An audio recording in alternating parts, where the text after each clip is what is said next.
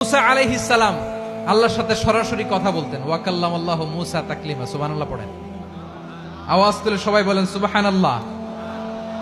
এখন বনি ইসরাইল হচ্ছে পৃথিবীর সবচেয়ে গোয়ার জাতি।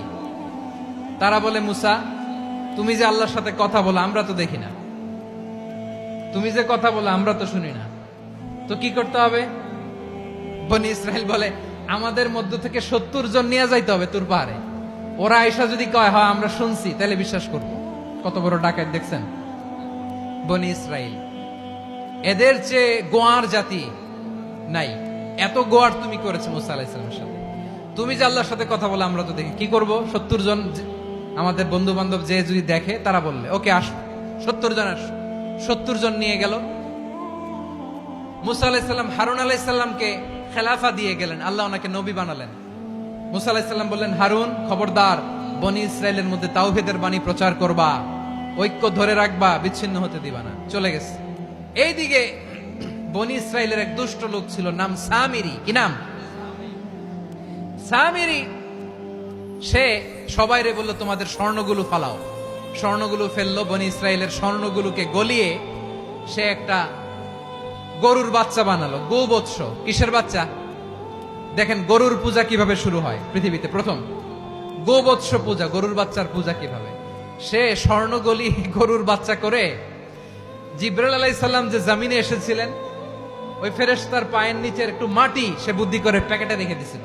সে গরুর বাচ্চা বানায় স্বর্ণ দিয়ে গলিয়ে ওই মাটি এটার মধ্যে ঢুকাই দিছে ভেলকি দেওয়ার জন্য।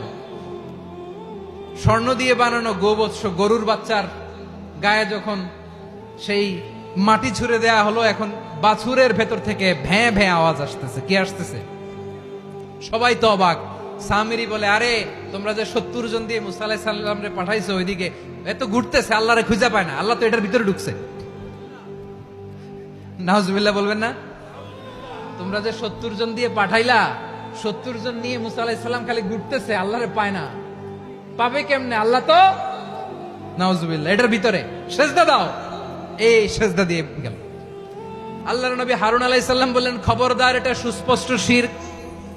আল্লাহ সব গুনাহ মাফ করে, শিরকের গুনাহ মাফ করে না। খবরদার, তোমরা থামো। কে শোনে কার কথা? এই যে যেমন এখন আপনারা আমার কথা শুনতেছেন না? শুনতেছেন?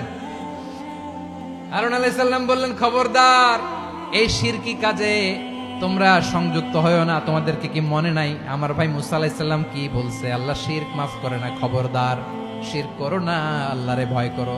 হারুন আলাইহিস সালাম তাদেরকে বুঝালেন, শিরক করো না, আল্লাহরে ভয় করো। শুধু এতটুকুই তিনি বুঝালেন, দাওয়াতি কাজ পালন করলেন, কিন্তু প্রতিরোধ করেন নাই, সশস্ত্র সংগ্রামে লিপ্ত হন নাই, বাধা দেন নাই। কারণ গৃহযুদ্ধ বেঁধে যেতে পারে। উনি ভাবলেন, আমি যদি আমার বাহিনী নিয়ে দাওয়াত দেওয়ার সাথে সাথে প্রতিরোধ করি, আক্রমণ করি, ওরাও আমারে আক্রমণ করবে, ব্লাডশিড হবে, রক্তপাত। এমন অবস্থা হবে বনি ইসরায়েলের মধ্যে, যেটা হয়তো আমার ভাই মুসাও কন্ট্রোল করতে পারবে না। সুবহানাল্লাহ কইবেন না? এক একজন নবীকে আল্লাহ তাআলা কি ইন্টেলেক্ট দিয়ে পাঠিয়েছেন। তিনি ভাবলেন, আমি দাওয়াতি কাজটাই করি, এটা যে হারাম এটা থেকে শুধু বারণ করি, কিন্তু প্রতিরোধ না করি। আমি যদি ঐক্য ধরে রাখতে পারি, বাকিটা আমার ভাই সামলে নেবে। সুবহানাল্লাহ। হারুন আলাইহিস সালাম প্রতিরোধ করলেন না। বনি ইসরায়েলের মধ্যে গৃহযুদ্ধ বেঁধে যাওয়ার আশঙ্কায় প্রতিরোধ করলেন না, আক্রমণ করলেন না, শুধু দাওয়াত দিলেন।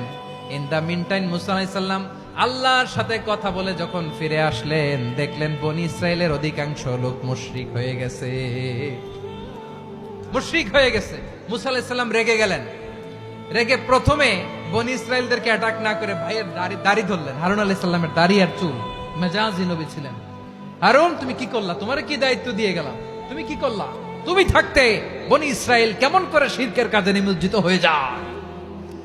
সাইয়েদনা হারুন আলাইহিস সালাম বললেন, ইন্নী, কোরআন সাক্ষী, কোরআন থেকে কোট করছি, ইন্নী খাশিতু আন তাকুলা ফাররাকতা বাইনা বনি ইসরাঈলা ওয়া লাম তারকুব কওলি।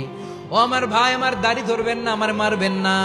আমি ভয় করেছি, আমি ভয় পেয়েছি, না জানি আপনি বলেন তুমি কেন খাশিতু আন তাকুলা ফাররাকতা বাইনা বনি ইসরাঈল। আপনি এসে আমারে যদি বলেন তুমি কেন ঐক্য ধরে রাখলে না, কেন মারামারি হলো, কেন রক্তপাত হলো? তোমার কি এই দায়িত্ব আমি দিয়েছিলাম? আমার কথার দিকে কি তুমি ভ্রুক্ষেপ করো নাই? আমি যে বলছি তাওহীদের বাণী প্রচার করবা আর ঐক্য ধরে রাখবা, আমার কথা কি শোনো নাই? আপনি আমারে ধমকাবেন, এই জন্য আমি প্রতিরোধ করি নাই, আক্রমণ করি নাই, গৃহযুদ্ধ আটকানোর জন্য, কিন্তু আমি দাওয়াত দিয়েছি। সুবহানাল্লাহ পড়েন। ঐক্য ধরে রেখেছেন। মুসা আলাইহিস সালাম মুহূর্তেই সামিরীকে আক্রমণ করলেন, অ্যাটাক করলেন, শাস্তি দিলেন। মুহূর্তেই ওই গোবৎস গরুর বাছুরকে ভেঙে চুড়ে মেসাকার করে সাগরের মধ্যে ভাসিয়ে দিলেন। পুরো বনি ইসরায়েলকে আবার তাওহীদের উপর প্রতিষ্ঠিত করলেন। পড়েন সুবহানাল্লাহ। এই ঘটনা থেকে শিক্ষা কি? শিক্ষা হচ্ছে আপনি শিরকের আড্ডাখানা দেখলেও বৃহৎ স্বার্থে তাওহীদের দাওয়াত দিবেন, প্রয়োজনে আপনি ঐক্য নষ্ট করবেন না। সুবহানাল্লাহ পড়বেন না?